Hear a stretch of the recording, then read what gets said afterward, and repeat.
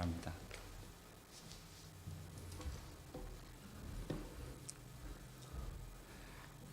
여러분 금요일 날 저녁에 이렇게 나와 주셔서 감사합니다.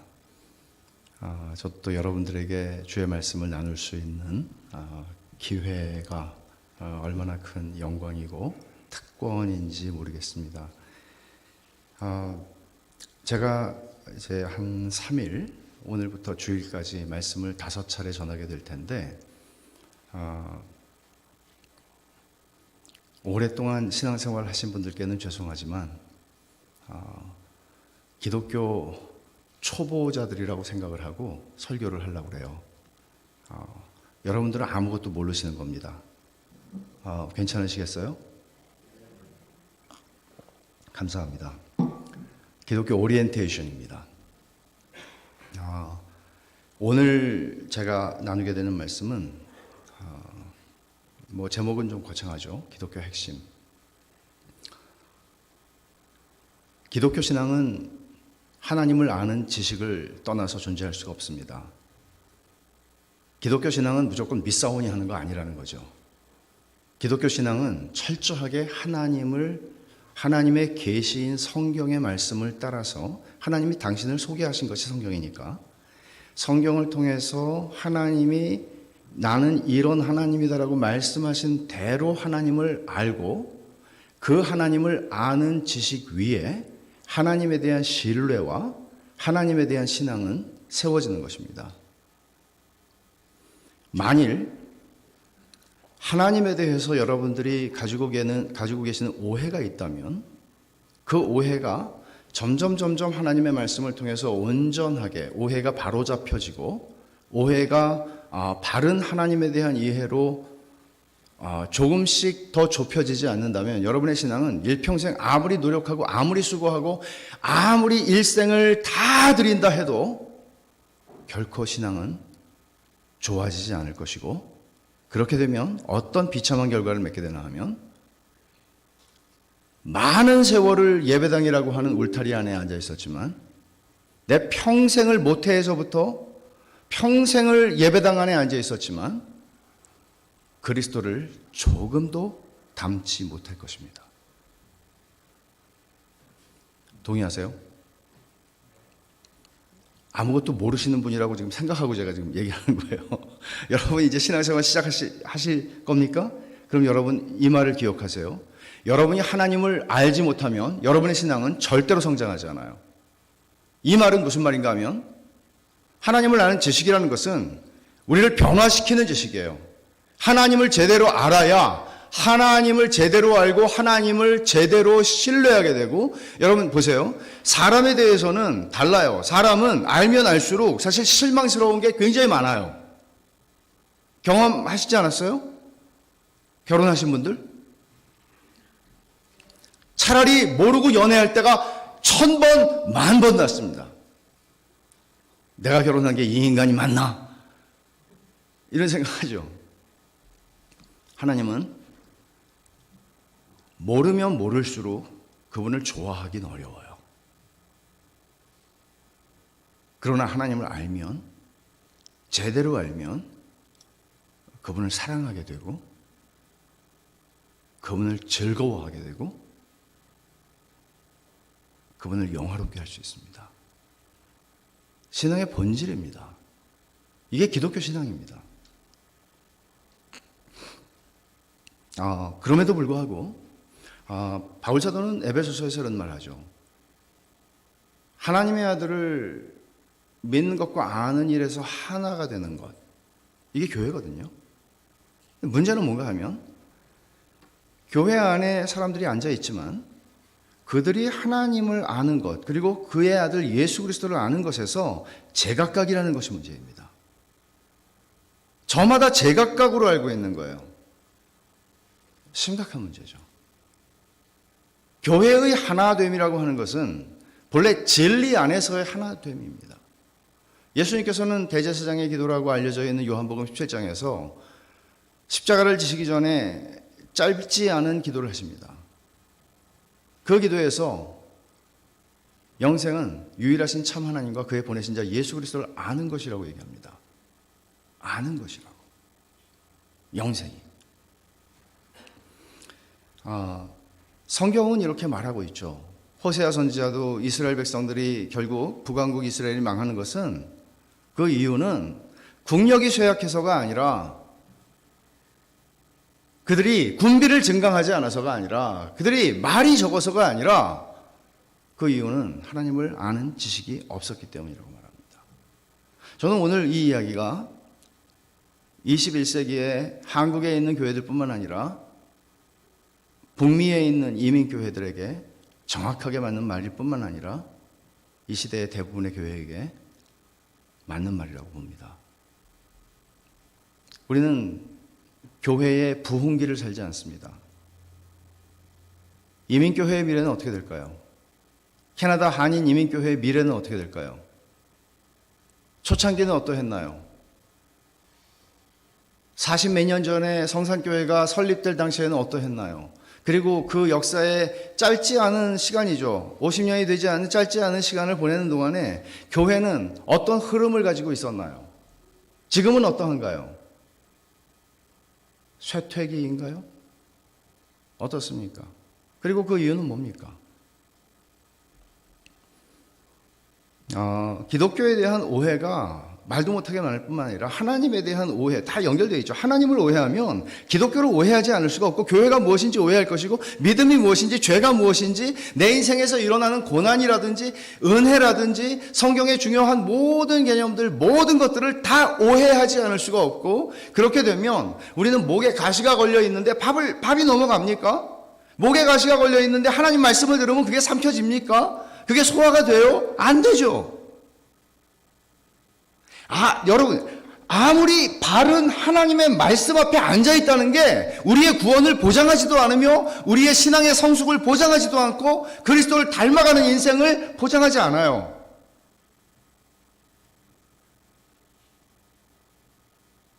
동의가 되세요?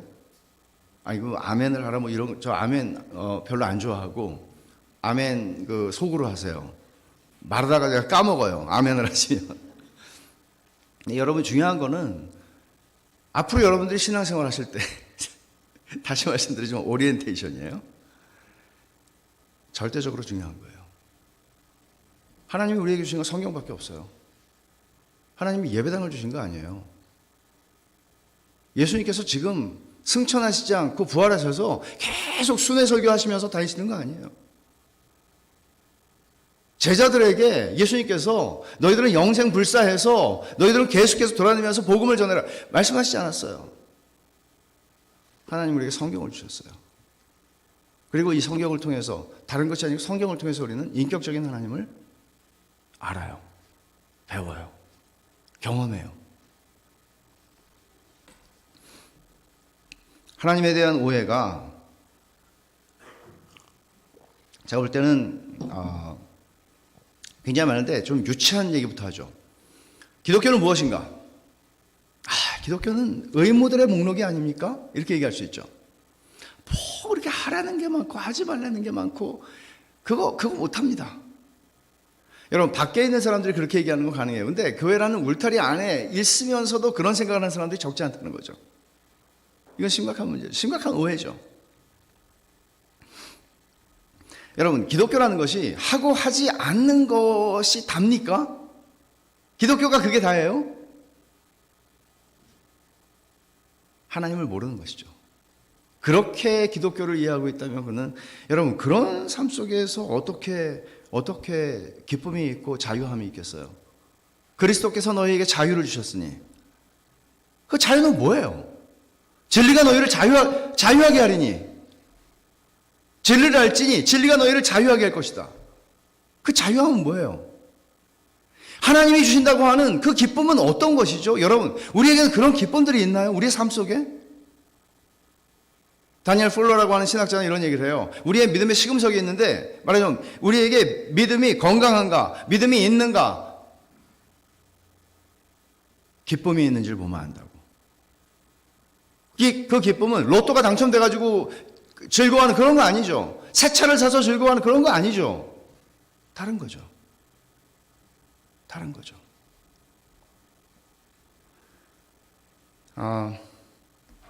청교도 목사 가운데 헨리 스쿠갈이라고 하는 분이 있어요. 27살인가 8살 때 돌아가신 분이에요. 청년 목사였죠.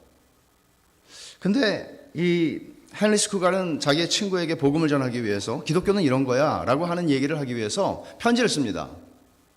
근데 편지가 길어요. 책 한 권이에요. 그러니까 헨리 스쿠갈이 얼마나 한 사람에 대해서 그렇게 귀중히 여기고 그 친구에게 기독교가 이런 거야, 기독교는 이런 거야, 오해하지 마. 그 말이, 그 책이 우리말로도 번역이 돼 있어요. 책 제목이 이거죠. 인간의 영혼 안에 있는 하나님의 생명.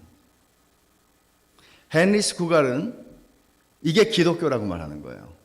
인간의 영혼 안에 있는 하나님의 생명.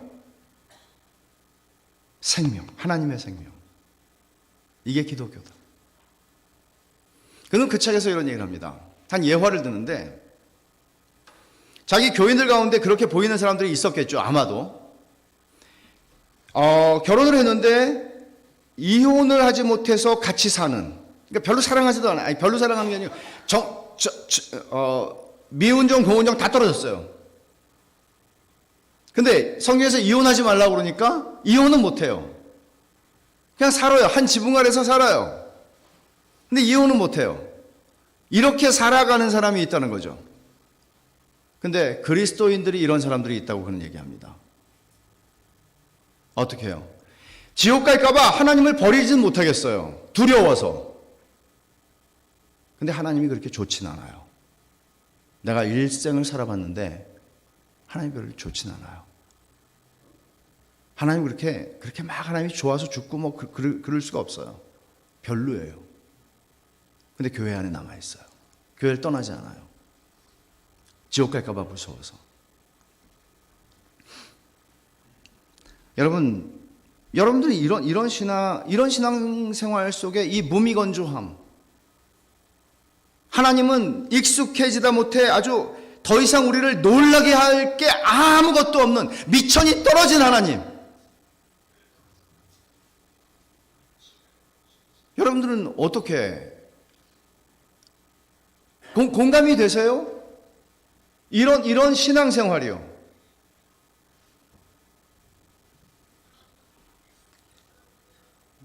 제 소리가 들리네요. 네. 이런 것도 생각할 수 있습니다. 하나님을 감동시키겠다는 생각들이 있습니다. 우리에게는 하나님을 감동시키겠다. 전형적인 종교죠. 기독교는 그러지 않아요. 기독교는 이렇게 말해요. 너는 죽었다 깨어나도 하나님을 감동시키지 못해. 죄인이니까. 여러분 이런 경험이 있으세요? 그러면 안 되겠지만 진짜 보기만 해도 생각만 해도 짜증나는 사람이 있어요. 지금은 안 그러실지라도 옛날에 있었죠. 그런 사람. 짜증나는 사람이 있어요. 근데 그 사람이 나한테 잘 보이려고 막 내 앞에서 막 이렇게 해요. 그럼 어떠세요? 더 짜증나죠. 더 짜증나죠. 성경은 인간이 하나님을 감동시킬 수 없다고 얘기합니다. 여러분 옛날에 한국 사실 때 굿하는 거 보신 적 있으세요? 옛날에 굿 많이 했잖아요. 그 시장에서도 하고 막 이 집 저 집에서 굿할 때 무당들이 뭐를 말하는지 여러분 기억하시죠? 주로 모르세요? 캐나다에 너무 오래 사셨어요. 정성이 모자란다. 정성이 모자란다. 그러잖아요. 그러면 돈을 더 올리라는 거죠. 야, 니네 500만 원짜리 굿 해가지고 옆에 1000만 원짜리 굿하는 집이 있는데 이거 가지고 신이 감동하겠냐? 이런 얘기죠. 더 쓰라는 거죠. 정성의 싸움이죠. 비나이다 3000배를 하는 것이죠. 이게 종교예요. 근데 기독교를 이런 식으로 믿는다니까요.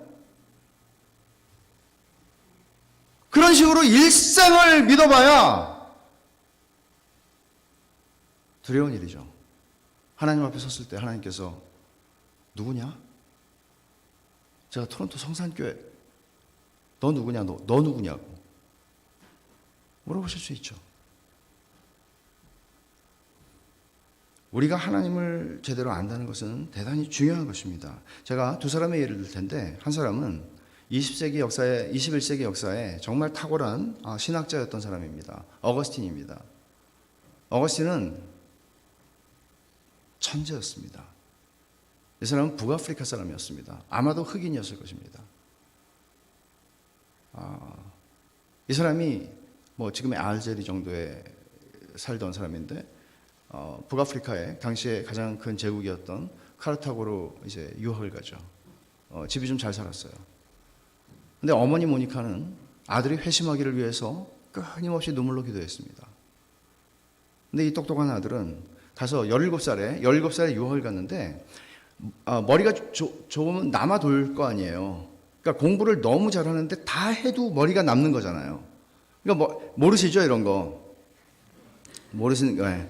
그런 사람이 있어요. 저도 몰라요. 근데 머리가 남아도니까 이 사람은 마니교라고 하는 신비주의 종교죠. 플라톤의 영향을 받은 그런 종교에 또 심취하기도 합니다. 온갖 걸 다 하는 거예요. 오만 가지에 관심이 많고 다 깊숙이 들어가요. 그것도 머리가 또 남아가지고 또 한 17살에 머리에 피가 말랐는지 안 말랐는지 모르겠지만 여자를 데리고 살다가 아기를 낳아요. 이 새파란 놈이. 그래가지고 근데 항상 뒤통수가 땡기죠. 엄마 때문에. 자기를 위해서 기도하는 엄마 때문에. 그러다가 이 사람이 30살 즈음에 주님이 이 사람에게 찾아가십니다. 근데 이 사람이 힘들었던 건 뭔가 하면, 내가 기독교로 돌아갈 수 없다고 생각했던 건 뭔가 하면, 세상이 이렇게 재밌는데 내가 엄마처럼 예수를 믿으면 이 모든 재미를 다 버려야 되잖아. 이런 생각이 있었던 거죠. 그러니까 어거스틴에게는 기독교는 의무의 목록이었고 금욕이었고 기독교는 약간 슬픔이었고 이런 거죠. 근데 어거스틴이 주님을 만난 뒤에 그는 고백록이라고 하는 책을 쓰게 됩니다. 당시에 유행하던 방식이에요, 이거는. 많은 학자들에게. 자기의 인생을 돌아보면서 약간 자서전적으로. 근데 고백록에서 그는 이런 말을 하죠. 인용합니다. 한때 잃어버리게 될까봐 그렇게 두려워했던 헛된 기쁨들이 한꺼번에 싹 다 제거되었을 때 정말 너무나 상쾌했습니다. 잃어버리게 될까봐 전전긍긍했던 그 기쁨들이 싹 사라졌을 때, 제게서 그것들을 몰아내신 당신은 진정 최상의 기쁨입니다. 그래요. 어거스틴이 이렇게 말을 했어요. 예수님을 만나고 나서. 하나님이 자기 인생에 찾아오셨을 때. 그렇게 이야기를 했어요. 이런 그에게 기독교는 기쁨이었어요. 최상의 기쁨이었어요.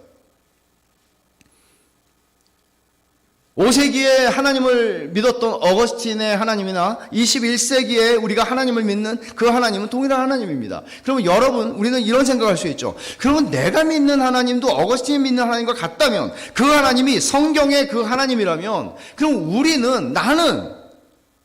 나에게 하나님은 어떤 분인가? 나에게 하나님은 그런 기쁨인가? 라는 생각을 할 필요가 있겠죠. 슬프게도 어거스틴이 회심한 이후에 어머니 모니카하고 정말 영적인 친교를 나눕니다. 엄마와 아들로서가 아니라 정말 그리스도 안에서 하나님의 자녀로서 경건한 어머니와 경건한 아들이 깊은 영적인 교제를 나눕니다. 그러나 어머니는 몇 년 살지 못했어요. 저의 해석은 아들을 위해서 눈물로 기도하다가 진이 빠져서 일찍 죽은 게 아닌가 그런 생각이 드는데, 여튼 꿈 같은 시간을 보내죠. 그리고 어거스틴은 역사상 놀라운 신학자로 지금까지도 많은 영향을 미치는 분이죠. 하나님을 믿는데 우리에게도 이런 어떤 하나님을 너무 가까이서 섬기면 위험해. 그러면 힘들어. 너무 가까이 가지 말고 너무 멀리 가면 그것도 위험해. 적당히 섬기자. 이런 생각들이 있을 수 있는 것이죠. 오해입니다. 또 한 사람은 이런 사람입니다. 이스라엘의 초대 왕이었던 사울이죠. 사도행전 사무엘상 14장에 보면 블레셋하고 전쟁을 하는데 왕이 이스라엘 군인들에게 금식을 선포합니다. 이상하죠. 그러니까 전쟁을 하러 나가야 되는데 힘이 필요하잖아요. 힘이 필요한데 금식을 선포해요. 전쟁에서 승리할 때까지는 못 먹어. 먹지 마. 자, 금식이라는 것은 종교적인 행위입니다. 사울이 왜 금식을 하게 했을까요? 1. 믿음이 너무나 좋아서. 2. 믿음이 없어서. 뭘까요? 믿음이 없어서. 그에게는 전쟁에 승리할 확신이 없었습니다. 이길 수 있는 확신이 없었습니다. 보세요. 골리앗하고 붙었던 그 이후에 나오는 골리앗하고 붙었던 소년 다윗의 이야기를 통해서 우리는 이런 걸 보죠. 다윗은 조그만 애인데 골리앗 같은 거인, 모든 이스라엘의 군인들이 두려워 벌벌벌 떨고 있는 그 군인 앞에서 나와 싸우면서 전쟁은 하나님께 속한 거다. 그렇게 하고 나가잖아요. 다윗이 금식했답니까?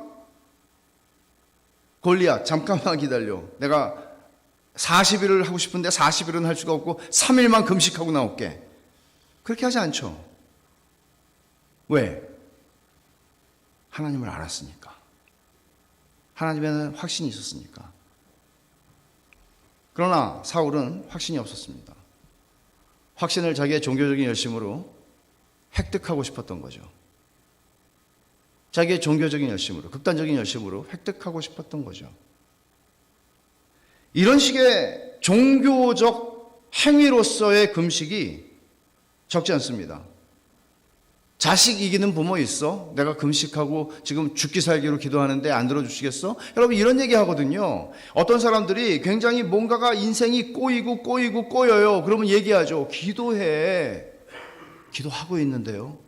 금식해 봤어? 안 했지? 금식 안 해서 그래. 금식해. 자식 이기는 부모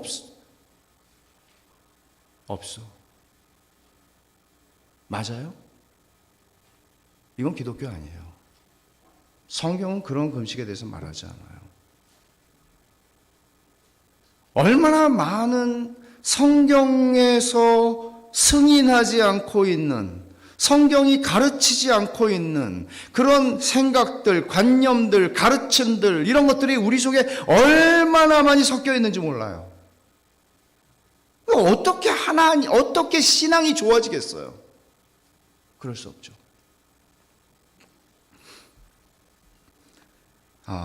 제가 이제 이야기를 시작하겠습니다. 지금까지 서론이고요.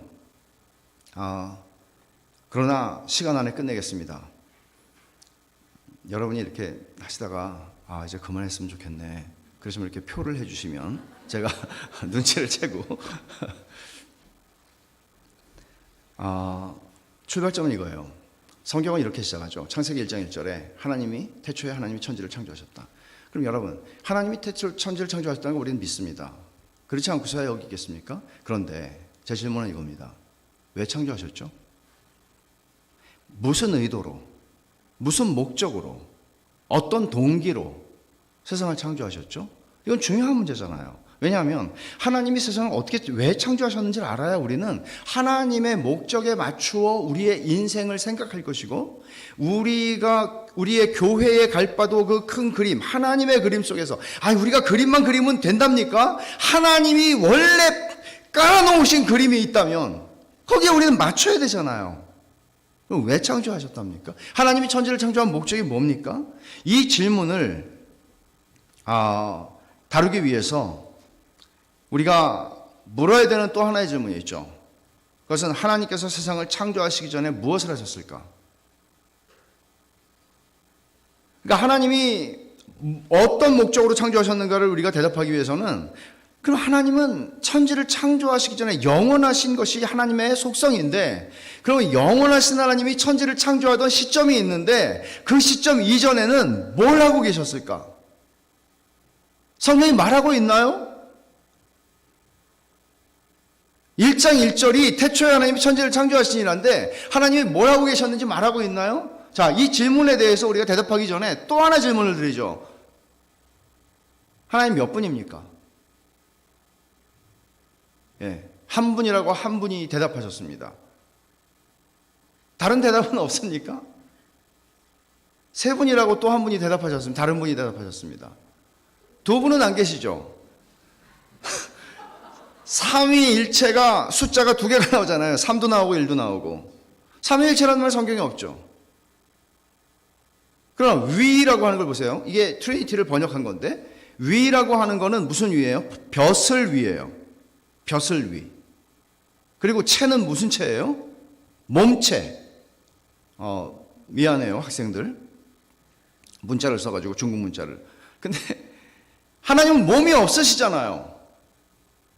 근데 그렇게 번역이 됐어요. 체, 몸체. 그리고 벼슬. 하나님 무슨 벼슬이 있으세요? 저는 어렸을 때 이렇게 이해를 한 거죠. 삼위일체. 영의정, 좌의정, 우의정. 이렇게 이렇게 이해를 하거나. 의자가 3개가 있는데 여기 앉아 계실 땐 성부 하나님, 옆으로 옮기시면 성령 하나님, 이쪽으로 어느 의자에 앉으시는가에 따라서 이렇게 이해를 했어요. 그러나 여러분, 그런 얘기는 아니죠.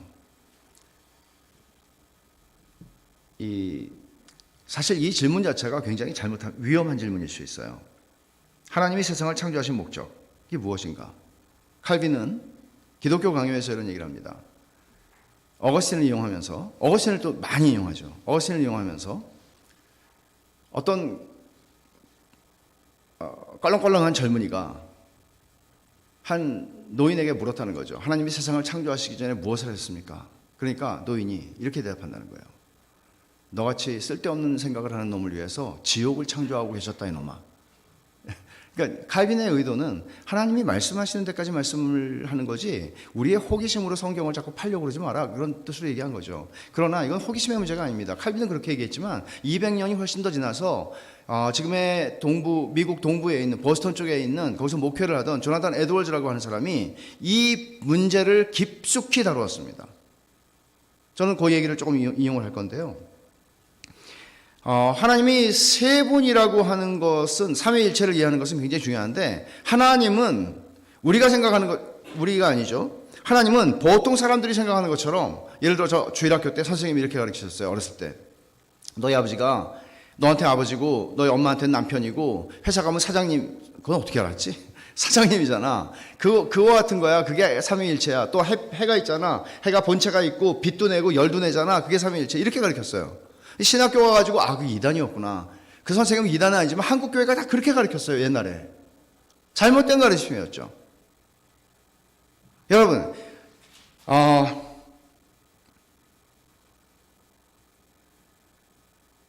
이렇게 말할 수 있죠. 우리말로 굳이 표현한다면 세 분, 한 하나님. 왜 이게 문제가 되나 하면, 무한하신 하나님을 인간의 유한함 속에, 유한한 지혜와 유한한 이성과 유한한 표현과 유한한 언어 속에, 유한한 숫자 속에 가둘 수는 없는 거죠. 그렇게 이해를 하시면 돼요. 근데 그러면 하나님께서 세 분이라는 것을, 여기를 한번 보시죠. 요한복음 17장을 한번 찾아보세요. 요한복음 17장, 아까 제가 잠깐 인용을 했지만, 제가 주일날까지 있을 거기 때문에요, 너무 이렇게 빨리 안 하고 오늘 못하면 내일 또 할 수 있으니까 그냥 계속 할 거예요. 17장 1절을 보시면 예수님이 이렇게 기도하세요. 예수께서 이 말씀을 하시고 눈을 들어 하늘을 우러러 이르시되, 아버지여, 때가 이르러 싸우니 아들을 영화롭게 하사 아들로 아버지를 영화롭게 하게 하옵소서. 지금 누가 기도하고 계세요? 예수님이 기도하고 계세요. 십자가를 지기 직전이에요. 그리고 누구에게 기도하고 계세요? 성부 하나님께요. 성자이신 예수 그리스도께서 성부 하나님께 기도하고 계시는 거죠. 성령님 안에서. 그러면 기도를 들으시는 분은 성부 하나님이시고 기도하시는 분은 성자 하나님이십니다. 몇 분이 계세요, 여기에?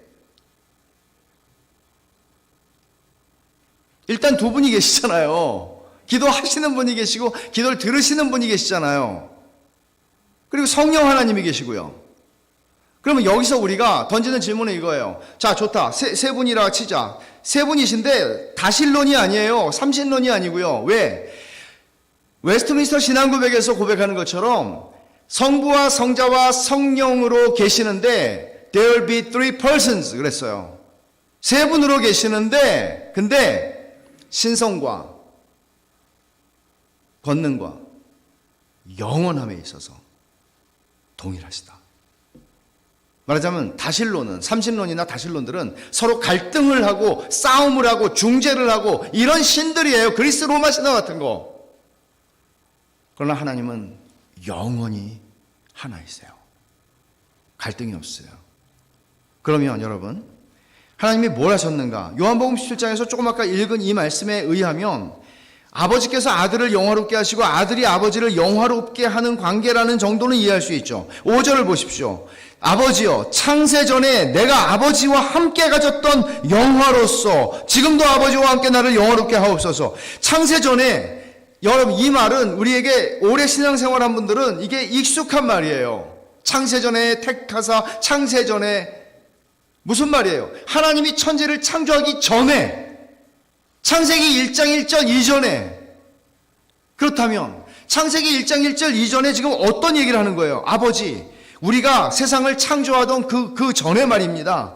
내가 아버지와 함께 가졌던 영광이 있지 않습니까? 지금도 아버지와 함께 나를 그 영광으로 영광스럽게 하옵소서라고 기도하는 거예요. 그러면 보세요. 생각해 보세요. 생각을 하면 요한은 이 기도를 듣고 있습니다. 졸기도 했지만 성령께서 이것을 기억나게 하시고 이것을 쓰게 하십니다. 세월이 흐른 후에. 근데 요한이 이 말을 들었을 때 어떤 면에서 이 말을 제대로 들었다면 그나마 머리칼이 쓰거나 심장이 멎었을 거예요. 왜? 요한은 주님과 스킨십을 제일 많이 했던 제자였어요. 기대고 안고 비비고 이런 스타일이었어요. 3년 동안 동고동락을 했어요. 우리말로 한솥밥을 먹었어요, 예수님과.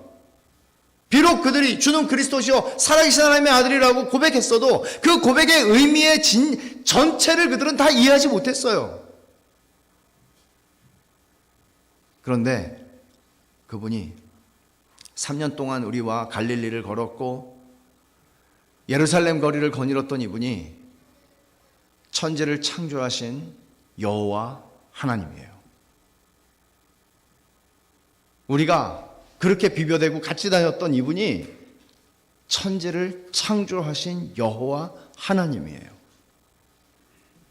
5절의 말씀은 그걸 보여주는 거죠.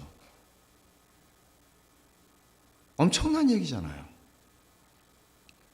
근데 여기서 영광을 아버지 나를 그때 누렸던 태초 전에 창세 전에 우리가 함께 누렸던 영광 뭘 말하는 걸까요? 아버지 아들을 영화롭게 하옵소서. 내가 아버지를 영화롭게 하기를 원합니다. 뭘 말하는 걸까요? 이 영광이라고 하는 이 단어는 너무나 종교적이에요. 저는 어렸을 때 할머니가 하나님께 영광을 돌려라, 하나님께 영광을 돌리는 사람이 되어야 된다, 귀가 따갑게 들었어요. 근데 들을 때마다 힘이 들었어요. 야, 어떻게 살란 말이지? 내가 원하는 거 하고 살긴 틀렸구나. 하나님하고 저하고 기호가 안 맞는다는 걸 어렸을 때 알았거든요. 제가 좋아하는 걸 다 싫어하세요. 극장 가는 거 싫어하시고 춤도 저도 별로 좋아하지 않아서 따라가 보고 싶잖아요. 춤추는 것도 싫어하시는 것 같고 주일날 돈 쓰지 말라고 자꾸 그러는데 주일날 하루 종일 교회에 붙어 있으려면 저녁 예배까지 배가 고파서 견딜 수가 없어요. 교회에서 밥 주죠. 그거 가지고 돼요? 그러니까 또 짜장면집 가가지고 짜장면 먹고 저녁 예배 와서 회개하고 인생이 회색빛이었어요. 하나님께 영광을 돌리는 삶을 살려면 인생 고달프겠다. 그런 생각을 했어요. 이 말의 의미를 몰랐던 거죠. 이 말을 성경은 이렇게 설명하거든요. 잠언 8장을 한번 찾아보세요. 잠언 8장이 그 주석이에요. 잠언 8장 30절 31절인데요. 이 잠언 8장은요 지혜가 말합니다. 지혜라는 것이 의인화되어서 말을 해요. 근데 지혜가 말을 하는데 많은 성경학자들은 이 지혜가 예수 그리스도를 가리키는 것이라는 데 동의합니다. 근데 보세요. 30절 내가 누구예요? 지혜예요. 지혜가 말하는 거예요. 내가 그 곁에 있어서 누굴까요? 창조자가 되어 날마다 그의 기뻐하시는 대상이 되었으며 항상 그 앞에서 내가 즐거워하였으며 사람이 거처 할 땅에서 즐거워하며 인자들을 기뻐하였느니라. 자, 여기서 30절에 보세요. 내가 지혜예요, 지혜. 지혜가 예수 그리스도라고 그랬죠. 그러면 내가 그 곁에 있어서 누굴까요? 누구 곁에 있었다는 걸까요? 창조의 때에 성부 하나님 곁에요. 성부 하나님 곁에 있어서 창조자가 돼요. 누가? 예수 그리스도가 창조자가 돼요. 날마다 성부 하나님의 기뻐하시는 대상이 되었고 항상 성부 하나님 앞에서 즐거워하셨다.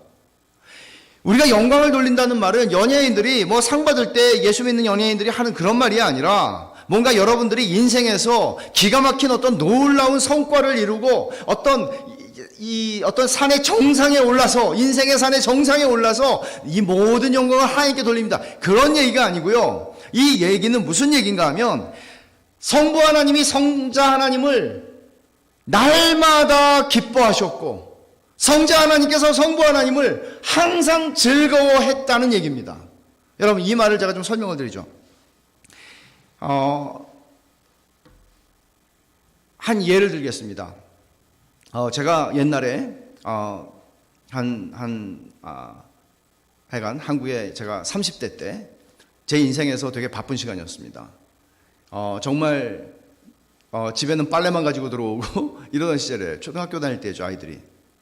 어느 날 제가 선교부 대표할 때인데 나갔는데 설교도 강의도 약속도 아무것도 없는 거예요. 그런 날이 별로 없으니까. 그래서 제가 얘기를 하고 나왔습니다. 그리고 애들 학교 앞에 가서 정문 앞에 가서 기다리다가 애들을 납치하다시피 해서 용인 에버랜드를 데리고 갔죠. 아세요? 에버랜드? 모르시죠? 그런 게 있어요. 그래서 데리고 가서 야 오늘은 문 닫을 때까지 우리가 놀자. 그랬더니 애들이 내일 시험이래요. 그래가지고 아빠가 편지를 선생님한테 써줄 테니까 아무것도 염려하지 말고 오직 감사함으로 오늘 놀자. 그렇게 이제 놀았어요. 놀고 집에 왔죠. 11시, 12시 됐어요. 자려고 그러는데 피곤해가지고 애들이 오누이가 얘기를 하는 거예요. 그러면서 딸내미가 그래요. 오빠한테. 오빠, 아빠 진짜 좋지? 제가 잠이 깼겠어요? 안 깼겠어요? 깼죠.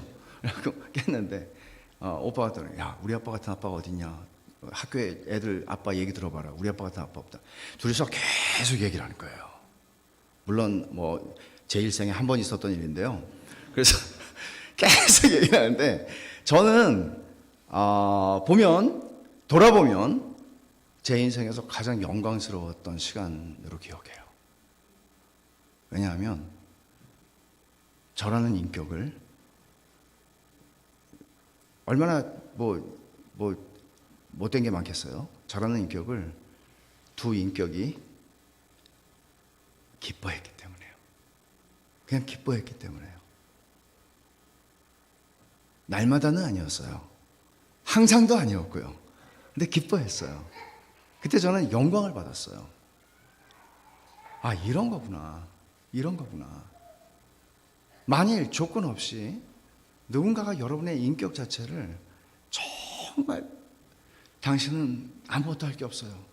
당신이 가만히 있으면 돼요. 당신을 생각만 하고 바라만 봐도 저는 기쁨이 충만해요. 그런 일은 없겠죠. 근데 그럴 수 있다면 그건 우리가 영광을 받는 것이죠. 성부 하나님과 성자 하나님 사이의 관계, 그 교제 속에 이렇게 뭘 하셨냐고요. 성부, 성자, 성령 하나님 세 분 하나님 뭘 하셨냐고요. 태초에 천지를 창조하기 전에 영광을 돌리고 영광을 받으셨어요. 그게 뭐예요? 서로를 기뻐하고 즐거워하시는 거예요. 왜요? 여러분 생각해 보세요. 사람이 눈이 높으면 고생하죠. 사람이 눈이 높으면 고생하잖아요. 근데 하나님은 눈이 완벽하세요. 높은 게 아니고 하나님은 완벽하세요. 눈이. 그 완벽한 눈을 만족시켜 줄 수 있는 대상은 없습니다. 하나님밖에는. 하나님은 하나님을 영원히 즐거워하실 수 있는 거예요. 하나님은 하나님을 영원히 기뻐하실 수 있는 거고요. 다른 건 없어요. 어떤 존재도요. 그러면 이걸 뭐라고 표현을 하는가 하면 고린도후서 13장 13절에 목사님들이 축도할 때 사용하는 가장 많이 사용하는 구절이죠. 주 예수 그리스도의 은혜와 하나님 아버지의 사랑과 성령의 뭐죠? 교통하심입니다. 교통하심이 뭐죠? 펠로우십입니다. 성령의 코이노니아입니다. 성부와 성자께서 누리셨던, 삼위 하나님이 누리셨던 그 교제가 너희 무리와 함께 있을 것이라고 축복을 하는 것이죠. 그렇다면 여러분, 삼위 하나님이 뭘 하셨느냐? 천지를 창조하시기 전에 삼위 하나님은 교제를 하셨습니다. 펠로우십을 가지셨다고요. 근데 그 펠로우십은 완벽한 것이었습니다. 조금의 문제도, 조금의 트러블도, 조금의 부족함도, 결핍도 존재하지 않는 완벽한 하나됨, 완벽한 하모니죠. 거기서 뭐가 나왔을까요? 그 삼위 하나님의 교제 속에서 뭐가 나왔을까요? 기쁨이 넘쳤죠. 그 기쁨은 완벽한 기쁨, 완전한 기쁨입니다. 완전한 행복함입니다. 그것이 흘러넘치는데 조나단 에드월즈 설명해요. 하나님께서 아무것도 존재하지 않는, 무로부터 창조하셨잖아요. 아무것도 존재하지 않는 세상 속에서 삼위 하나님 안에서 교제 속에서 누리시는 그 영광 속에서 나타나는 충만한 기쁨의 무한한 흘러넘침이, 하나님께서는 이 기쁨을 어떤 존재에게 주시기로 하십니다. 그게 하나님의 형상으로 창조된 인간입니다.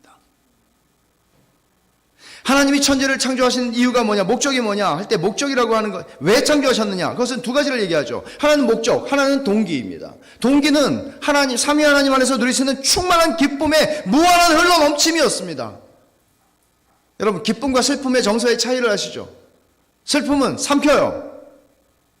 슬픔은 삼키는 정서예요. 슬픈 거를 온갖 동네방네 전화하면서 내 슬픈 얘기 좀 들어봐, 그렇게 안 해요. 슬픈 건 삼켜요. 꾸역꾸역 삼켜요. 기쁜 건 어떻게 하죠? 말하죠. 말하면 톡 커져요. 하나님은 당신의 기쁨을, 흘러넘치는 기쁨을, 무한히 흘러넘치는 완전한 기쁨을 인간에게 주십니다. 그래서 그 인간은 창조의 꽃입니다. 창조의 열매입니다. 하나님은 인간을 하나님의 형상으로 창조했다고 그러죠. 하나님의 형상으로 창조한 이유가 뭘까요? 하나님의 형상이라는 것은 하나님이 가지고 계시는 어떤 속성들을 우리가 가지고 있다? 옳습니다. 그러나 그 이상입니다.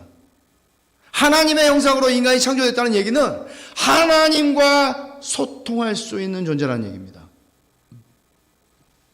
제가 옛날에 미국에서 목회할 때 어느 집 신방을 갔는데 이제 기도하고 가려고 같이 잠깐 기도할까요? 그랬더니 막 아들내미를 부르더라고요. 아들내미가 그 집에 없는데 막 부르는데 걔가 짠이었나? 막 부르는데 강아지가 한 마리 튀어나오면서 기도하자, 목사님 기도하시네. 기도하자 하니까 걔가 발을 모아요.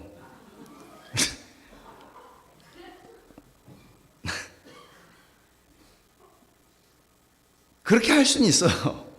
근데 걔가 자기 입으로 기도 못해요. 그러니까 하나님이 짐승에게, 물고기에게 명하여 요나를 삼키라 그러면 삼키는 거고요. 벌레에게 박넝쿨을 씹어라 그러면 배불러 죽였는데 계속 씹는 거예요. 그건 소통이 아니죠. 근데 소통하는 인간은, 요나는 어떻게 해요? 하나님께서 니느웨로 가라. 니느웨는 동쪽인데 이 사람은 서쪽으로 가요. 이 소통이 돼가지고 인간은 하나님과 소통할 수 있는 존재. 왜 그럴까요? 하나님이 창조할 때 인간에게 기쁨을 주고 싶어서 창조하셨기 때문에 하나님의 기쁨을 소통하고 싶은 거야. 하나님의 기쁨을 커뮤니케이트 하는 거예요. 하나님의 기쁨을. 그러면 인간은 그 하나님의 주시는 기쁨을 받아요. 그게 창세기 1장과 2장의 이야기예요. 3장이 나오기 전에, 죄 짓기 전에. 칼빈은 이렇게 얘기해요. 하나님이 천지를 6일 동안 창조하시는데 그 6일 마지막에 인간을 창조하셨다는 것은 하나님의 놀라운 부성애를 보여주지 않는가. 하나님께서는 인간을 창조하기 전에 마치 집을 짓고 그 집안에 가구들을 배치하고 그리고 부족함이 없도록 냉장고를 채워놓고 이제 입주하게 될 아담과 하와가 조금의 불평도 할 수 없을 만큼 퍼펙트한 환경을 주시는 거예요. 춥지도 덥지도 않아요. 먹을 게 모자라지도 않아요. 완전한 환경을 만드시고 사람을 주십니다. 왜? 기쁨을 주고 싶었으니까. 그래서 에덴 동산의 이름의 뜻이 뭔지 아세요? 에덴? 에덴은 인간이 지은 이름이 아니에요. 하나님이 주신 동산에 하나님이 주신 이름이에요. 에덴의 뜻이 뭐예요? 기쁨이요. 왜 허구많은 이름 중에 하나님은 기쁨의 동산에 인간을 두셨을까요? 기쁨을 주고 싶었으니까. 그럼 여기서 잠깐 멈추고 생각해 보죠. 그럼 우리는 어떤 존재예요? 인간은 기뻐해야 되는 존재예요. 기뻐하지 않으면 잘 못 사는 거예요. 그 다음 이제 얘기를 진행하죠. 하나님이 우리에게 기쁨을 주시면, 그러니까 아담과 하와는 하나님이 주시는 기쁨을 충만하게 누렸어요. 그리고 충만하게 누리면 어떻게 되나 하면, 우리는 이제 종교적인 언어를 써볼게요. 교회에서 쓰는 말. 하나님이 우리에게 기쁨을 주시면 우리는 뭐를 받는다고 얘기하냐면 은혜를 받는다고 얘기해요. 그러니까 은혜를 받은 사람의 특징, 은혜를 받게 되면 어떻게 되나 하면 기뻐요. 눈물 콧물 다 흘릴 수 있어요. 근데 기뻐요. 은혜를 제대로 받으면 기뻐요. 내 삶의 자리가 형편없고 조금 더 정리가 되지 않았고 조금 더 희망이 보이지 않아도 기뻐요. 은혜를 제대로 받으면. 경험해 보셨죠? 아, 초보자시구나. 그러실 거예요. 앞으로 은혜를 받으시면. 기뻐요. 감당할 수 없는 기쁨이에요. 세상과 나는 간대없고 구속한 주만 보이도다 고백하게 돼요. 천국이에요. 우리가 기쁨을 주시면 은혜를 받아요. 은혜를 받으면 우리 어떻게 하죠? 노래하고 싶죠. 춤추고 싶고요. 하나님을 찬송하고 싶고요. 하나님 감사합니다 소리 지르고 싶고요. 그게 뭐예요? 예배예요. 예배는 하나님의 가치, 하나님을 하나님으로 인정하는 거예요. 그 월십이라는 말의 어원이 그래요. 하나님을 하나님으로 합당하게 인정하는 거예요. 그래서 구약의 모세의 기도도 그렇고 많은 구약의 인물들의 기도는 이런 거죠. 하나님, 하나님과 같은 분은 없습니다. 주와 같은 신이 어디에 있습니까? 이런 얘기들 하잖아요. 이게 예배예요. 하나님 최고예요. 하나님이 정말 하나님 때문에 살아요. 이거예요. 하나님을 예배하죠. 그러면 하나님은 뭘 받으실까요? 영광을 받으시죠. 이게 기독교예요. 그럼 아까 제가 종교에 대해서 잠깐 얘기했어요. 종교는 신을 감동시키려는 것이다. 모든 종교는 신을 감동시키는 거예요. 기독교는 뭔지 아세요? 하나님이 인간을 감동시키는 게 기독교예요. 우리가 하나님을 감동시키지 못해요. 하나님이 범죄한 인간들을 감동시키세요. 물론 범죄하기 전에도 마찬가지였죠. 우리를 감동시켜서 우리가 반응하게 하세요. 우리 안에 있는 존재하지 않는 기쁨을 회복시켜 주셔서 우리를 하나님을 예배하지 않을 수 없게 만들어요. 기뻐하게 만들어요. 기뻐할 수 없는 환경 속에서도. 이게 기독교예요. 그래서 하나님이 영광을 받으세요. 여러분 이거를 제가 여러분 그 장로교회잖아요. 그러면 웨스트민스터 소요리 문답 아실 거예요. 적어도 첫 번째 질문은 뭐죠? 인간의 최고의 목적이 무엇입니까? 뭐죠? 하나님을 영화롭게 하고 그분을 영원토록 즐거워하는 것입니다. 첫 번째는 이거죠. 그러니까 제가 그냥 순서상 그렇게 말씀드릴게요. 첫 번째는 glorify him, glorify God. 하나님을 영화롭게 하는 것입니다.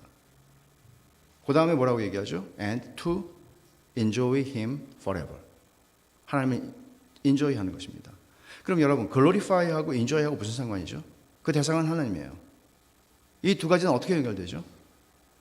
지금까지 제가 말씀드린 것, 하나님의 창조의 목적, 창조의 동기를 생각한다면 이 두 가지는 C.S. 루이스는 이렇게 놀랍게 정리를 합니다. 하나님을 영화롭게 하는 것과 하나님을 즐거워하는 것은 두 개를 얘기한 게 아니라고. 이건 하나라고. 어떻게 하나님을 영화롭게 해요? 하나님을 즐거워함으로써. 근데 여기서도 우리가 이해해야 되는 게 있죠. 구분해서 이해해야 되는 게 있죠. 왜냐하면 제 할머니는 저에게 이렇게 말씀하셨거든요. 형이가 하나님을 기쁘시게 하는 사람이 돼야 된다. 하나님을 기쁘시게 하는 사람이 돼야 된다. 저는 힘들었죠. 왜냐하면 하나님을 기쁘시게 하려면 제가 힘들거든요. 전 저를 기쁘게 하고 싶거든요. 하나님하고 저하고 기호가 틀리니까. 그러니까 영어로 말하면 please 하는 거죠, 하나님을. 근데 우리가 사실 성경에서 말하면 하나님을 기쁘시게 하는 거나 하나님을 인조하는 거나 똑같아요. 우리 이런 생각하잖아요. 직장에서 아주 성질 나쁜 보스가 있어요. 하여간 그 사람 기분을 건드리지 않고 그 사람을 좀 어떻게 해주기 위해서 나는 쓸개도 빼놓고 간도 빼놓고 그렇게 하고 살아야 돼요. 그냥 참고. 죽으면 사리가 많이 나올 만큼 참고 그렇게 살아요. 근데 여러분, 하나님은 그런 보스가 아니에요. 그런 까다로운 보스가 아니에요. 하나님은 성경을 말하죠. 무한히 선하신 분이라고. 그러니까 하나님을 즐거워하는 것과 하나님을 기쁘시게 하는 것은 차이가 없어요. 그러나 그럼에도 불구하고 왜 웨스트민스터 소요리 문답을 만든 영국의 신학자들은 please라는 단어를 안 쓰고 enjoy라고 하는 단어를 썼을까? enjoy 하는 건 이런 거잖아요. 일주일 동안 엄청나게 힘들게 일하신 분들이, 저 메릴랜드에서 목회했거든요. 엄청나게 힘드신 분들이 금요일 날까지, 그럼 금요일 날 싸가지고 가요. 어디로? 바다로. 대서양으로. 3시간 걸리는데. 뭐 하러 갈까요? 고기 잡으러. 밤새도록 고기 잡아가지고 토요일 날 와요. 그럼 제가, 아니 힘든데 그만하시라고, 이렇게 일주일 동안 고생하고 살고 왜 또 고생하냐고 밤새도록. 이걸 해야 산대요. 그게 뭐예요? 인조이하는 거죠. 인조이하는 거죠. 그걸 돈 주고 시키면, 고기 잡으라고 돈 주고 시키면 못해요. 이걸 해야 살아요. 그걸 하면 즐겁거든요. 좋거든요. 그러니까 하나님을 인조해야 한다는 거는 우리가 찌그러지는 게 아니고, 하나님을 인조해하면 내 안에 기쁨이 생기는 거죠. 하나님의 창조의 동기와 목적을 너무나 분명하게 알았던 웨스트민스터 신학자들은 이렇게 표현한 거예요. 인간이 왜 살아야 돼요? 돈 벌기 위해 살아요? 성공하기 위해 살아요? 인류 역사에 이바지하기 위해 살아요? 결국 저와 여러분들의 인생은 하나님 앞에 언젠가 설 겁니다. 조만간. 우리의 생각보다 빨리 올 수도 있죠. 그때 너 잘 살았냐? 그러면 우리의 잘 사는 것의 기준은 뭐예요? 교회 봉사 열심히 했다? 선교사 했다? 목사 했다? 복음 전했다? 교회 헌신했다? 천만의 말씀이에요. 주님 그러죠. 네가 언제? 난 모르겠는데? 네가 언제? 주님의 기준은 이거죠. 하나님을 즐거워한 거죠. 살면서 나 하나님을 즐거워했습니다. 하나님이 최고였습니다. 하나님 때문에 저에게는 기쁨이 있었습니다. 하나님은 제 삶의 이유였습니다. 이거예요. 절망적인 상황에서 내 삶에 어떤 기쁨도 상상조차 할 수 없는, 어떤 기쁨도 내 삶에 파고 들어올 수 없는 환경 속에서 난 주님 때문에 기뻤어요. 이게 신앙이에요. 이게 기독교예요.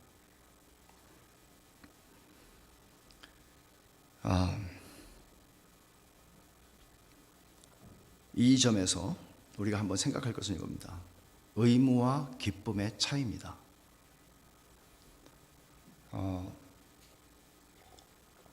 여러분, 우리에게는 의무는 나쁜 게 아닙니다. 의무는, 왜냐하면 하나님께서 너 이렇게 해야 된다, 저렇게 해야 된다 말씀하시죠. 의무는 나쁜 게 아니에요.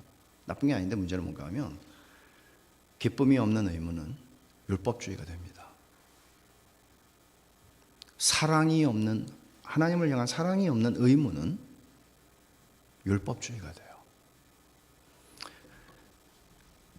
그래서 율법주의 안에서 우리가 살아가는 삶에서는, 이게 율법주의는 굉장히 위험한 것이거든요. 왜냐하면 예수님께서 마태복음 23장에서 바리새인들을 예수님이 그렇게 세게 말씀하신, 가장 세게 말씀하신 게 마태복음 23장이에요. 당대 최고의 종교인들인 바리새인들을 향해서 주님이 진노하시거든요. 화 있을 진저, 저주를 하시거든요. 7번이나. 그 당시에 가장 반듯했던 사람들을 향해서, 가장 괜찮은 사람들을 향해서. 왜냐하면 율법주의의 틀 안에 우리가 들어가게 되면은 의무가 기쁨을, 의무가 사랑을 질식시켜서 남은 건 의무감밖에 없어요. 그렇게 되면 어떤 문제가 생기는지 아세요? 의무감에 대한 보상을 얻고 싶은 거죠. 내가 이렇게 힘들게 일했는데, 내가 이렇게 힘들게 내가 복음을 전하고, 내가 이렇게 힘들게 내가 설교를 하는데, 사람들에게서 보상을 얻고 싶어 한다고요. 심지어 하나님께도. 하나님하고 딜을 하는 거죠. 여러분들의 신앙은 안녕하십니까? 여러분들이 몇 년을 신앙생활을 했든 간에 여러분들의 신앙은 어떻습니까? 이게 기독교예요. 우리가 주님 앞에 섰을 때 내가 얼마나 쌍코피 터지면서 주님을 섬겼는지 아십니까가 아니고요. 내가 주님 때문에 얼마나 기뻤는지 아세요? 이거라고요.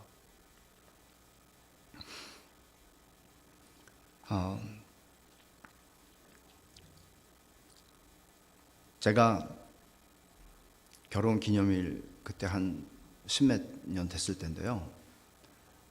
제가 결혼 기념일하고 제 아내 생일날은 절대로 어떤 약속을 안 잡는데 실수로 잡았어요.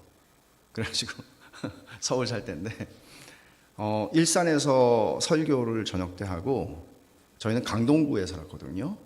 강동구 아세요? 강동구 모르시죠? 하여간 있어요. 잠실 저 바깥에. 옛날 같으면 서울도 아니죠. 근데 끝나고 딱 밟았어요. 그리고 이제 저는 이런 철학을 가지고 있어요. 내 돈으로 꽃은 안 산다.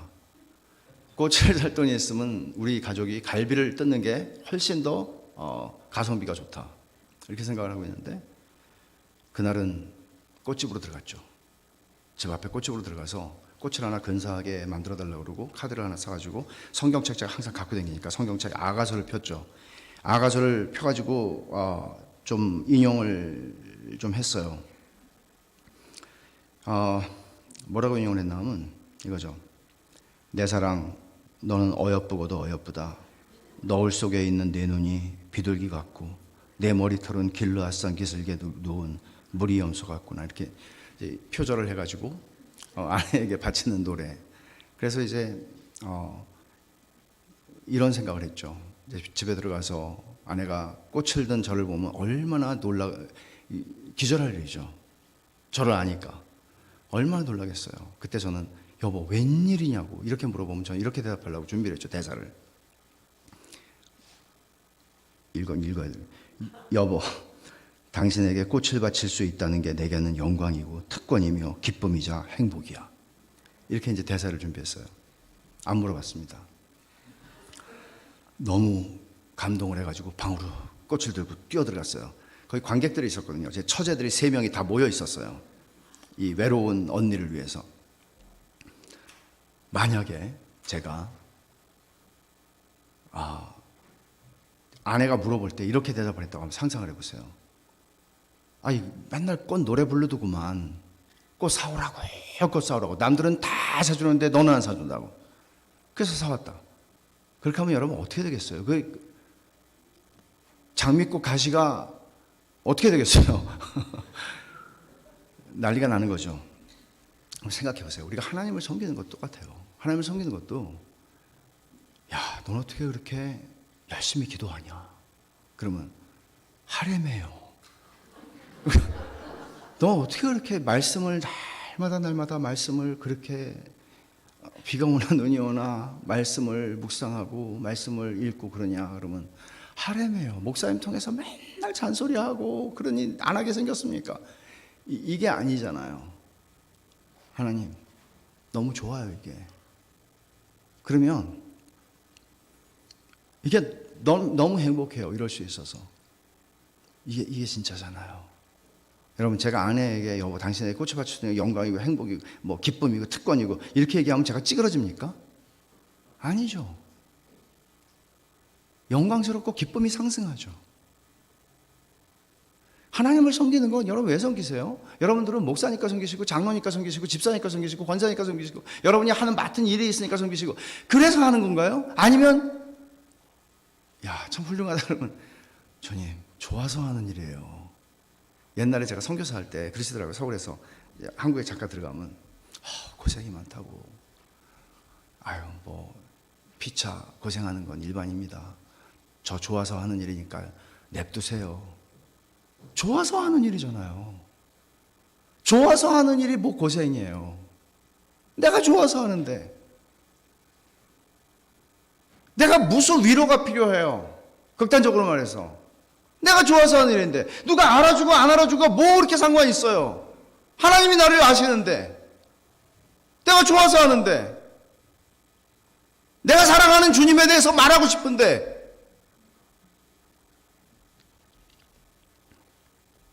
이거를 존 파이퍼 목사님은 이렇게 되게 명문이에요. 이거는 이렇게 정리를 했어요.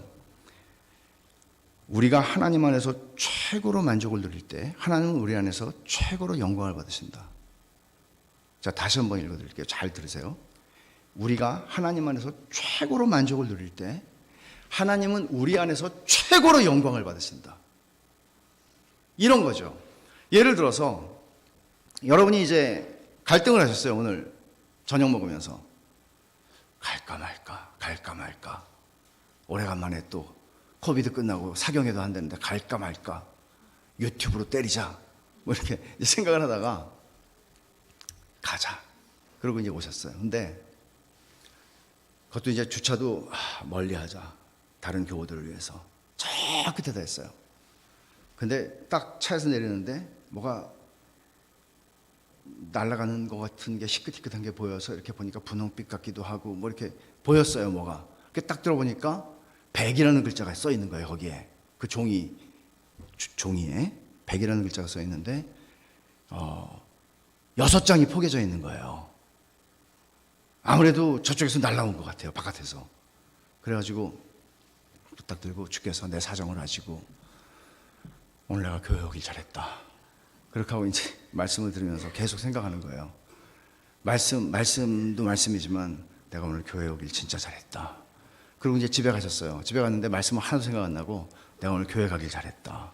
내일 아침에 일어났는데 어저께 내가 교회 가길 잘했다. 오늘 또 가자. 그러면 여러분들은 누가 여러분들 마음을 만약에 읽고 있다면 이런 거죠. 돈은 뭐야 도대체? 돈은 저 사람을 저렇게 행복하게 만들어주고 저렇게 만족하게 하고 저렇게 기쁘게 하고 세상에 돈은 뭐야? 만약에 돈이 인격이라면 돈이 여러분들 읽고 있다면 돈은 영광을 받으시겠죠. 돈 안에서 우리는 기뻐하니까. 돈 때문에 좋아하니까. 돈 때문에 이튿날까지도 기뻐하니까. 우리가 하나님을 섬기는 건 그런 거예요. 하나님 안에서, 존 파이퍼가 말하는 거죠. 하나님 안에서 우리가 최고로 만족을 누리면 하나님은 우리 안에서 최고로 영광을 받으세요. 근데 하나님은 그럴 수 있는 분이에요. 여러분 도대체 오늘 읽은 말씀이 어딘지 알고 계세요? 이제 시작하려고 그러거든요. 예레미야.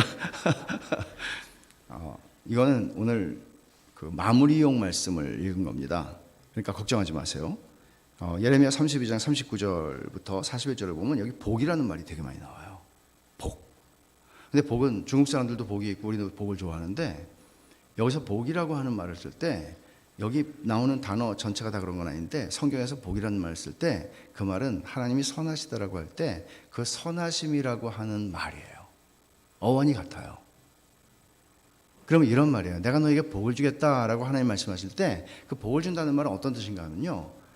내가 나의 선함을 너희에게 베풀어 줄게 라는 말이에요. 그럼 그런 의미로 이해를 하고 이 말씀을 좀 보면 자, 하나님이 이 말씀의 맥락은 이런 거예요. 하나님께서 새 언약이라고 하는 것을 예레미야 선지자를 통해서 말씀하시는데 그 새 언약의 핵심은 뭔가 하면 하나님이 율법을 줘도 니네들은 도대체 듣지를 않아. 그리고는 어떻게 하시겠다는 새 언약은 하나님이 율법을 돌에다가 써서 주는 게 아니라 너희들 마음에다가 써줄게. 그게 거듭남이에요. 중생이에요. 그걸 약속하시는 얘기예요. 그 맥락에서 오늘 이 본문이 존재하는데 39절에 보면 내가 그들에게 하나님 백성에게 한 마음 한 길을 주겠다고 약속합니다. 한 마음 one heart 한 길 뭐 한 길이기도 하고 또는 하나의 목적이기도 하고 그러니까 말하자면 하나님의 백성들이 하나가 되게 하겠다고 약속하시는 거예요. 한 마음 한 길을 주어서 자기들과 자기 후손의 복을 위해 복이라는 말 나오죠. 복을 위해 자기들과 자기 후손의 복을 위해 항상 나를 경외하게 하고 라고 얘기합니다. 근데 여기서 항상 경외하게 하고라는 말을 때때로 여러분 의역된 성경을 보는 것도 굉장히 흥미롭습니다. 성경 공부할 때는 별로 도움이 안 될 수도 있겠지만 의역된 성경들이 뭐 예를 들면 현대인의 성경, 현대어 성경, 우리말 성경, 우리 뭐 등등 있죠. 근데 영어 성경 중에는 New Living Translation이라고 하는 성경이 있는데 그 의역한 성경이에요. 근데 여기서 항상 나를 경외하게 하고라고 하는 이 말을 어떻게 번역을 했나 하면 to worship me forever. 영원토록 나를 예배하게, 경외한다는 말을 예배한다고 표현을 했거든요, 여기서. 근데 이게 이렇게 이해를 할 수 있어요. 하나님의 백성이 하나가 되는데, 하나의 마음, 하나의 길, 하나의 목적을 가지는데, 그들이 어떻게 하나가 되나 하면, 그들은 자기들과 자기 후손의 복을 위하여, 말하자면 하나님의 선하심을 갈망하며 그 선하심을 경험하며 맛보아 알며 살아가는 것이죠. 그게 뭐예요? 하나님이 천지를 창조한 목적이에요. 하나님의 기쁨을 우리에게 주시는 거니까. 근데 그러기 위해서 그들이 하는 게 뭐예요? 하나님을 예배하는 마음에서 하나가 된다. 예배하면서 하나가 된다는 거예요. 왜? 하나님이 그들을 거듭나게 하시고 그 안에 헨리 스쿠갈이 얘기한 것처럼 인간의 영혼 안에 있는 하나님의 생명이 심겨지는 거예요. 그게 기독교예요. 교회를 1000년을 다닌다 한들 거듭나서 하나님의 생명이 인간의 영혼 안에 담겨서 그 생명이 생명이니까 살아나는 거죠. 움직이는 거죠. 생동하는 거죠. 우리를 변화시키는 거죠. 우리를 움직이는 거죠. 하나님을 예배하게 하죠. 근데 40절 보면 내가 그들에게 복을 주기 위하여 그들을 떠나지 아니하리라 하는 영원한 언약을 그들에게 세우고, 영원한 언약이에요. 영원한 언약, 유효한 영원한 언약이에요. 언제까지나. 그 영원한 언약의 내용이 뭐예요? 내가 그들에게 복을 주기 위해 그들을 떠나지 않겠다는 거예요. 내가 그들에게 내 선함을 베풀어 주기 위하여 그들을 떠나지 않겠다는 말이에요. 그리고 나를 경외함을 그들의 마음에 두어 나를 떠나지 않게 하고, 하나님이 떠나지 않겠다고 약속하셨죠? 근데 그들의 마음에, 나를 경외함을 그들의 마음에 두어서 그들이 나를 떠나지 않게 하겠다. 하나님도 안 떠나세요. 그들도 안 떠난다는 거예요. 이스라엘 역사를 보세요. 맨날 하나님을 떠나는 역사예요. 맨날 떠나요, 그들은. 반석을 쳐서 명하여 물이 나와서 물을 먹어요. 만나를 맨날 먹어요. 근데 항상 떠나요. 불평해요. 원망해요. 이게 없네, 저게 없네. 하나님을 떠나요. 마음으로 떠나요. 근데 뭐라고 그러세요? 나를 경외함을 그들의 마음에 두어 나를 떠나지 않게 하겠다고 말씀하시죠? 여기서 내가 그들에게 복을 주기 위해 그들을 떠나지 않겠다고 하는 영원한 언약이라고 하는 거를 New Living Translation에서 어떻게 번역을 하나 하면 I will never stop doing good for them. 그들에게 선을 베푸는 일을 결코 그치지 않겠다. I will never stop. 내가 그들에게 선을 베푸는 일을 절대로 내가 그치지 않을 거야. 결코 그치지 않을 거야. 계속해서 선을 베풀 거야. 계속해서 선을 베풀 거야. 어떻게? 왜? 언제까지? 우리 마음에 하나님을 예배하고 싶은 디자이어가 우리 마음에 일어날 때까지. 이런 거죠. 돌 같은 마음이고 냉랭하고 하나님에 대해서 알지 못하고 하나님을 싫어하고 하나님을 미워하고 하나님에게 무관심하고 하나님에게 아무 관심 없는 인생들 가운데 하나님이 어떻게 하신다고요? 선을 베푸세요. 그치지 않고 선을 베푸세요. 지치지 않고 선을 베푸세요. 계속해서 선을 베푸세요. 언제까지요? 그들의 마음에 하나님이 이런 분이구나. 하나님은 이런 분이시구나. 그리고 하나님을 예배하고 싶은, 여러분, 그런 예배하고 싶은 열망을 언제 느껴보셨어요?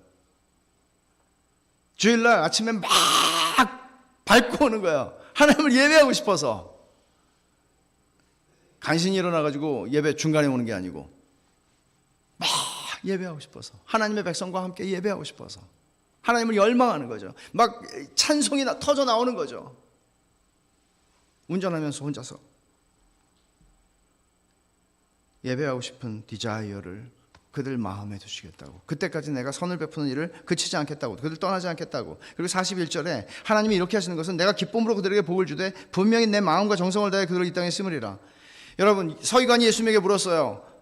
계명 중에 첫째가 무엇입니까? 주님 말씀하시죠. 하나님을 사랑하라. 이웃을 사랑하라. 근데 하나님을 사랑하는데 내 마음과 뜻과 정성을 다해 목숨을 다해 사랑하라. 그리고 이웃을 너 자신과 같이 사랑하라. 우리만요? 우리만 그렇게 하나님을 사랑해요? 근데 하나님 뭐라고 그러세요 여기서? 내가 기쁨으로 그들에게 복을 줘. 내가 너에게 선을 베푸는 것을 하는데 내 마음과 정성을 다해서 하겠다고 말씀하세요. 하나님이 내 마음과 정성을 다해서 너희들에게 선을 베풀겠다고 말씀하세요. 근데 더 놀라운 건 기쁨으로라고 하는 이 단어예요. 이 말이 여러분, 정말 이런 인생들을 하나님이 포기하지 않고 여러분 60년이 넘도록 포기하지 않고 70년이 되도록 포기하지 않고 나를 기다리시고 내게 내 인생 가운데 선을 베푸시기를 지치지 않고 하시는데 그걸 뭐라고 얘기하시냐면 약속했으니까 억지로 한다 이렇게 말씀하는 게 아니고 내가 너희에게 그렇게 하는 게 나에겐 기쁨이야 라고 말씀하는 거죠. 왜? 그게 하나님의 성품이니까. 그게 하나님의 선하심이니까.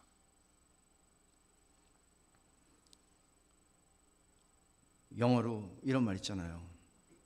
너무 감사해요. 이렇게까지 저에게 친절을 베풀어 주다니요. My pleasure. 기쁨이에요. 기쁨으로 한 거예요. 이렇게 하는 게 저에게 기쁨이었어요. 하나님이 그러세요. 하나님이 그 아들을 아끼지 않고 우리를 위해서 내어주십니다. 나는 어떻게 저를 이렇게 사랑하실 수 있죠? 하나님 그러세요. 나의 기쁨이란다. 나의 기쁨이란다. 다니엘 풀러는 이 본문을 가지고 이런 얘기를 해요. 하나님의 사명선언문이 있는데 의인화해서 이제 이렇게 설명하는 거예요. 여러분이 잘 알아서 들으시면 되겠어요. 하나님의 책상 머리에서 액자에 하나님의 사명선언문이 써 있대요. 나의 사명은 밑줄을 쭉 긋고 아무개를 섬기는 것이다. 거기에 네 이름을 써봐라. 그렇게 썼어요. 그 사람. 그럼 하나님이 나의 사명은 형이기를 섬기는 것이다. 이게 말이나 되는 소리입니까? 제가 저의 사명은 하나님을 섬기는 것입니다. 이렇게 쓰는 건 맞죠. 근데 하나님이 여러분의 이름을 한번 넣어보세요. 나의 사명은 하나님이 제가 사는 모든 날 동안 한 번도 저보다 늦게 일어나신 적이 없고 주무시지 않으시지만 저보다 일찍 일어나셔서 저의 스케줄을 관리하시고 일정을 짜시고 제가 만날 사람, 제가 경험하게 될 일, 사건, 사고 모든 것들을 예비하시고 나의 사명은 형이기를 섬기는 것이다. 이것은 알라딘의 램프를 비비면 나오는 지니를 얘기하는 건 아니죠. 주인님, 무엇을 해드릴까요? 이런 게 아니죠. 전능하신 하나님께서 왜 이렇게 하시죠? 여기에 쓰셨잖아요. 내가 기쁨으로 그들에게 복을 주되 선을 베풀어 주는데 분명히 내 마음과 정성을 다해서 그렇게 하고 싶다고. 하나님 그런 분이시죠. 그래서 구약의 사람들은 늘 이렇게 노래했습니다. 이사야 선지자를 통해서 하나님은 이렇게 말씀하실 수 있는 분이십니다. 너희는 나를 누구에 비기며 누구와 짝하며 누구와 비교하여 서로 같다 하겠느냐. 근데 우상을 섬겨? 이런 얘기죠. 기독교는 하나님을 감동시키는 종교가 아니에요. 그런 식의 생각을 우리가 조금이라도 한다면 우리는 피할 수 없이 율법주의라고 하는 함정 속으로 들어가게 돼요. 대한민국의 한국교회의 이런 현상은 과거에도 현재에도 무수하게 많습니다. 그 속에서는 하나님이 우리를 창조하실 때 주시고 싶었던 그 기쁨을 질식시키게 되는 것이죠. 바울을 한번 생각해 보세요. 감옥에 들어가가지고 그가 하는 말은 기뻐하십시오. 제가 다시 말합니다. 기뻐하세요. 주 안에서 기뻐하세요. 전 이렇게 말하는 게 조금도 수고스럽지 않습니다. 기뻐하세요. 감옥 안에 있는 사람이요. 여러분 시편 23편에 보면 마치겠습니다. 너무 길게 하면 되는지 시편 23편 여러분 잘 아시잖아요. 여호와는 나의 목자시니 내게 부족함이 없으리로다. 얼마나 멋진 고백입니까? 근데 뒷부분에 보면 이렇게 말하죠. 주의 선하심과 인자하심이 정녕 나를 따르리니 내가 여호와의 집에 영원히 거하리로다. 주의 선하심과 인자하심이 따르리니, 우리는 따르는 것을 이해하기를 이렇게 이해를 하기 쉽죠. 강아지를 데리고 산보를 할 때 강아지가 따라오는 거예요. 근데 이 따르리니라고 하는 말의 의미는 그게 아니고요, 추격한다는 뜻이에요. 추격하는 거예요. 추격하는 걸 여러분 경험하신 적이 있습니까? 여러분이 속도 위반을 했을 때 뒤에서 갑자기 불을 켜고 쫓아오잖아요. 제일 그 무서운 순간 아닙니까? 무서워요. 어떤 분이 그러더라고요. 미국 경찰보다 캐나다 경찰 더 무섭다고. 무서워요, 경찰. 근데 쌍불을 켜고 쫓아오잖아요. 잔파의 봉사님이 이렇게 이해를 해요. 그분은 미국 분이니까. 쌍불을 이제 파랑불, 빨강불 이렇게 켜고 막 사이렌 울리면서 쫓아오잖아요. 그럼 어떻게 도망가요? 도망 못 가죠. 서야죠. 도망가면 헬기 뜨고 고속도로 막고 그러잖아요. 도망 못 가죠. 잡힌 거죠. 근데 하나님께서, 경찰이 아니고 하나님께서 주의 인자하심과 주의 선하심에 불을 켜고 네 인생을 추격하신다. 다윗은 그 고백을 하면서 감사합니다. 그 덕분에 제가 여호와의 집에 영원히 살게 됩니다. 라고 고백해요. 그리스도 안에 있다는 것은 어마어마한 것입니다.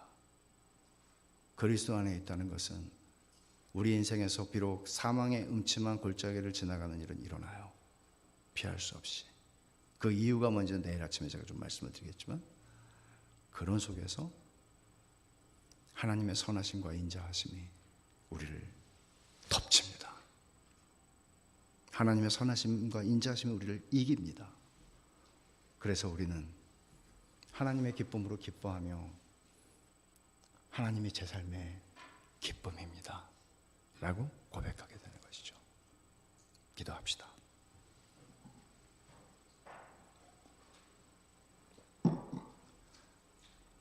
여러분 이 시간에 한 1, 2분만, 참 긴 시간 여러분 말씀을 들으셨습니다.